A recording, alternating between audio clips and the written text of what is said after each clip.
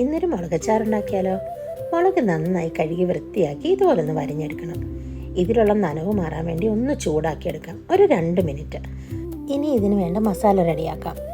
ഉലുവ, കുരുമുളക്, ജീരകം, പെരുംജീരകം, മല്ലി, കടുക് ഇത്രയും നമുക്ക് ചൂടാക്കിയെടുക്കണം. ജീരകവും പെരുംജീരകവും കുരുമുളകും മാത്രം ഒരു ചെറുതായിട്ട് പൊടിച്ച് ബാക്കിയെല്ലാം നന്നായി പൊടിച്ചെടുക്കണം.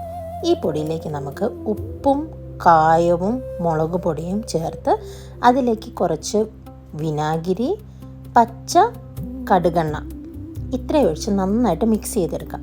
ചൂടാക്കി വെച്ചിരിക്കുന്ന പച്ചമുളകും വെളുത്തുള്ളിയിലേക്ക് ഈ ഇപ്പോൾ റെഡിയാക്കിയ മസാല നമുക്ക് മിക്സ് ചെയ്യാം. നന്നായി സ്പൂൺ കൊണ്ട് മിക്സ് ചെയ്ത് ആവശ്യത്തിനുള്ള കടുകെണ്ണ ഇതിൻ്റെ കൂട്ടത്തിൽ ഒഴിച്ചു കൊടുക്കണം.